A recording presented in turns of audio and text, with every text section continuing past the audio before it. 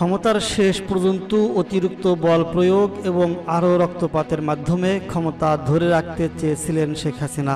দেশ ছাড়ার আগে গতকাল সোমবার সকাল 10:30 থেকে প্রায় 1 ঘন্টা রাষ্ট্রীয় বিভিন্ন বাহিনীর শীর্ষ কর্মকর্তাদের চাপ দিয়েছিলেন তিনি।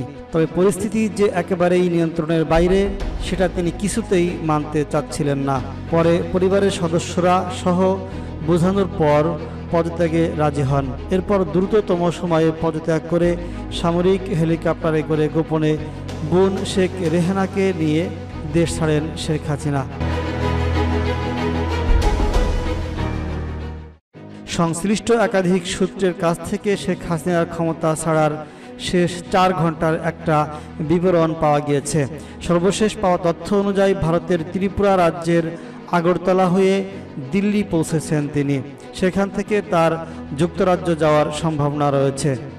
দলীয় অস্ত্রধারী কর্মীদের নামিয়ে গত রোববার দিনভর সারা দেশে ব্যাপক সংঘাত ও প্রাণহানি ঘটানোর পরও ছাত্র জনতার আন্দোলন সামাল দিতে পারেননি শেখ হাসিনা। যদিও পরিস্থিতি উপলব্ধি করতে পেরে রোববার রাতেই শেখ হাসিনাকে তার একজন উপদেষ্টা সহ কয়েকজন নেতা বোঝানোর চেষ্টা করেন। তারা সেনাবাহিনীর কাছে ক্ষমতা হস্তান্তরের পরামর্শ দেন বলে জানা গিয়েছে। তবে তিনি তা মানতে চাননি, বরং সোমবার থেকে কারফিউ আরও কড়াকড়ি করতে বলেন। ভোর থেকে কারফিউ কড়াকড়ি করার উদ্যোগ নেওয়া হলেও সকাল 9টার পর থেকে বিভিন্ন স্থানে আন্দোলনকারীরা কারফিউ ভেঙে নামতে শুরু করেন। 10টা নাগাদ ঢাকার বিভিন্ন স্থানে জমায়েত বড় হতে থাকে।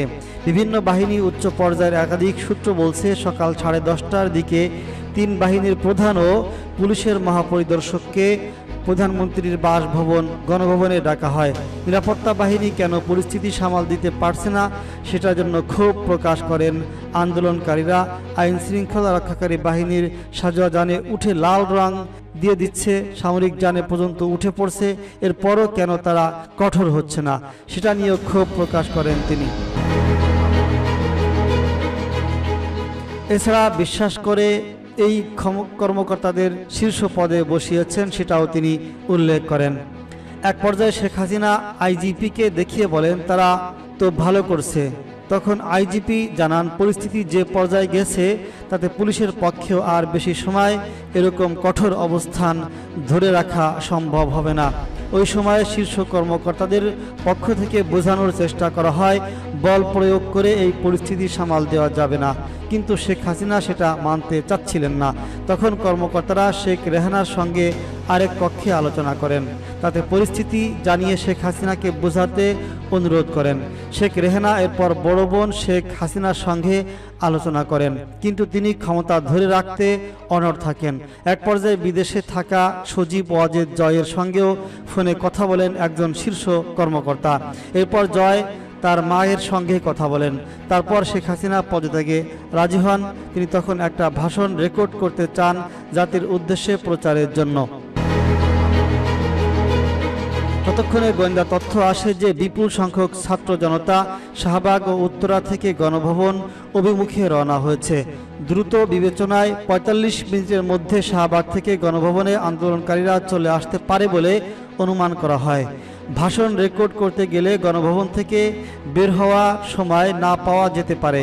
এই বিবেচনায় শেখ হাসিনাকে ভাষণ রেকর্ড করার সময় না দিয়ে 45 মিনিট সময় বেঁধে দেওয়া হয়। এরপর ছোট বোন রেহানাকে নিয়ে তেজগাঁওয়ে পুরনো বিমানবন্দরে হেলিপ্যাডে আসেন শেখ হাসিনা। সেখানে তাদের কয়েকটি লাগেজ উঠানো হয়। তারপর তারা বঙ্গভবনে যান। সেখানে পদত্যাগের আনুষ্ঠানিকতা শেষ করে বেলা 2:30টার দিকে সামরিক হেলিকপ্টারে করে ছোট বোন সহ ভারতের উদ্দেশ্যে উড্ডয়ন করেন শেখ হাসিনা। জানা গেছে, হেলিকপ্টারটি ভারতের আকাশে প্রবেশের পর কিছুক্ষণ উড্ডয়ন করে, পরে আগরতলায় বিএসএফের একটা হেলিপ্যাডে অবতরণ করে। তারপর সেখান থেকে দিল্লি যান বলে ভারতীয় গণমাধ্যমের খবরে বলা হয়েছে। ইন্ডিয়া টুডের এক খবরে বলা হয়, শেখ হাসিনা নয়াদিল্লির কাছে গাজিয়াবাদে ভারতীয় সেনাবাহিনীর হিন্দন বিমান ঘাঁটিতে দেশটির স্থানীয় সময় 5:36 অবতরণ করেন। ভারতের সেনাবাহিনীর এক কর্মকর্তা তাকে স্বাগত জানান। সেখান থেকে তিনি লন্ডনে যেতে পারেন বলে জানা যায়। আওয়ামী লীগের সভাপতি শেখ হাসিনা টানা চতুর্থবারের মতো প্রধানমন্ত্রী হিসেবে শপথ নেন এবছরের 11 জানুয়ারি। এর আগে 1996 সালে সপ্তম জাতীয় সংসদে নির্বাচনের মাধ্যমে তিনি প্রধানমন্ত্রী হিসেবে দায়িত্ব পালন করেন। 2001 সালের নির্বাচনে ভোটে বিএনপি জয়ী হলে আওয়ামী লীগ বিরোধী দলে যায়। তখন সংসদে বিরোধী দলীয় নেত্রী হন শেখ হাসিনা। এরপর তত্ত্বাবধায়ক সরকারের অধীনে 2008 সাল নবম জাতীয় সংসদ নির্বাচনের মাধ্যমে জয়ী হয়ে প্রধানমন্ত্রী হন শেখ হাসিনা। 5 বছর পর 2014 সালে একতরফা নির্বাচন করেন। তাতে বিনা প্রতিদ্বন্দ্বিতায় 153 জন সংসদ সদস্য হন। ওই নির্বাচনে দশম সংসদ বিরোধী দলগুলো অংশ নেয়নি। শেখ হাসিনা ও তার জোট সঙ্গীরা মিলে সরকার গঠন করে। 2018 সালে বিতর্কিত একাদশ জাতীয় সংসদ নির্বাচনের মধ্য দিয়ে তিনি আবারও প্রধানমন্ত্রী হন। আগের রাতে ব্যালটে সিল মারার ব্যাপক অভিযোগের কারণে ওই নির্বাচন রাতের ভোট নামে পরিচিত পায়।